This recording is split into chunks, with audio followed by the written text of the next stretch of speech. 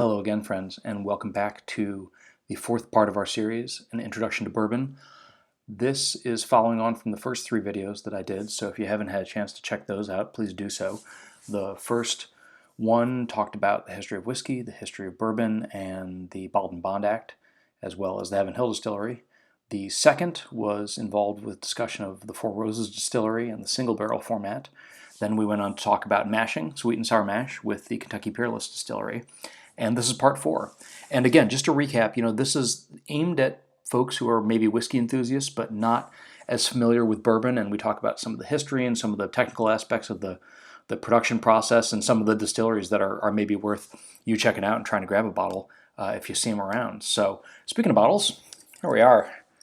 Maker's Mark, cask strength. So we're going to be talking about Maker's Mark and wheated mash bills today. So we talked previously about mash bills, which is the component grains that go into making a whiskey. And the whiskeys that we've looked at heretofore have all been rye mash bill. And most of the whiskey that you see is going to use rye and malted barley as what are called the small grains. So basically that non-corn component of bourbon. Bourbon needs to be 51% corn by law, but the rest is up to you.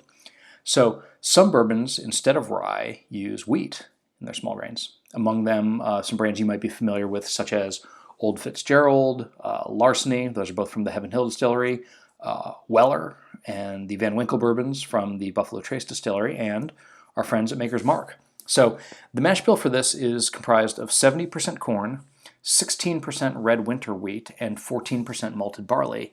And in the way that rye imparts that, what I've talked about as that harder edged mouthfeel and some of the spicier flavors, wheat does the exact opposite. So it's a softer mouthfeel and some sweeter flavors for which these bourbons are prized. So something to think about as you're tasting through your Maker's Mark. And again, it might be a fun idea to get this against a bourbon with a rye mash bill and see if you can discern any of the differences that are coming from that. So let's talk about Maker's Mark. This is an amazing distillery, and you guys are probably sick of hearing me talk about it because I have lavished a lot of time and attention and praise on them. But unfortunately, it's kind of out of fashion at the moment. So Maker's Mark, as we know it, was started in 1953 by Bill Samuels Sr., who purchased a Loretto, Kentucky distillery that was originally constructed in the 1880s.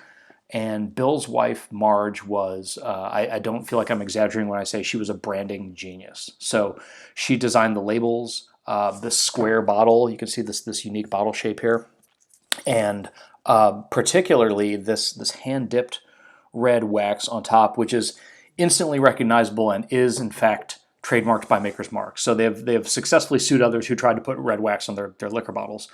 So Bill Jr., son of Bill Sr., currently runs the business, which is owned by Beam Suntory. And Maker's Mark was really ahead of its time. And I'm going to be going over some comments that I've made before, but I think it bears repeating. So thinking back to the 1960s, tastes were changing. Young people didn't want bourbon. They wanted, vodka. They thought of bourbon as something that your dad or your grandpa drank. And bourbon whiskey began a race to the bottom. And it was all about just churning the stuff out, making it as cheaply as you possibly could, and selling it if you could. And bucking this trend was Maker's Mark, which positioned itself as a premium product. And actually, it used to advertise that it was more expensive than other bourbons, which was, at that time, completely crazy. You really hadn't seen a premiumization drive in bourbon in the way that you had in other consumer products. And it's fun to listen to old-timers, particularly people who were in college in the 70s and 80s, talk about, when you had some extra cash or you were trying to impress someone for like a special occasion, you'd shell out more and you'd get that fancy bottle of Maker's Mark. And now Maker's is old hat, and the entire whiskey industry really owes them a debt of gratitude for having done what they did when they did it. Everything that we think about in terms of craft whiskey or in terms of premium whiskey or whiskey as something to be enjoyed and savored and taken more seriously, all that either originated with Makers or was preserved by them in a time when the rest of the industry was moving a very different direction. So that begs the question, why is Makers relatively unloved by bourbon freaks? And that's not to say people don't like it. Look, there's plenty of Makers fans out there, but when you see people going crazy on social media or bragging about bottles, it's very seldom Makers. It's again, even among the wheated mash bill enthusiasts, it's Pappy or it's Weller. So I think some of the issue with these guys is they've mostly stuck to their knitting. I mean, they don't have all the different and new kinds of products and expressions. They introduced their second bourbon only in 2010. It was called Maker's 46, so called because it was the 46th entry in a logbook of experiments they were doing. And if you can find one of these, I don't have a bottle at hand, but this is an interesting one to taste. So after the bourbon is mature, they add 10 oak staves to the barrel and they mature it for an extra 9 weeks. And it's still bourbon based on the legal definition because these are oak staves and there's no unnatural flavor or anything added. But these toasted staves give a little extra flavor kick to the bourbon. And there are private barrels of makers that are in selection programs that you can find. I think it's actually called Private Select, but they get to play around with the types of staves and pick their own recipe. So you might have baked American staves, you might have mocha staves that give it kind of more of a roasty flavor. They actually have Makers 46 staves, and you can chop and choose and choose your own adventure with those staves. So that's an interesting idea. You could get standard Maker's Mark, and then you could get the 46 and see if there's a flavor difference that's noticeable to you. You could get a variety of these Private Select that have different recipes and see if you could pick out the flavors. But again, this is just meant to be an exposure to different styles of bourbon being made. Different distilleries.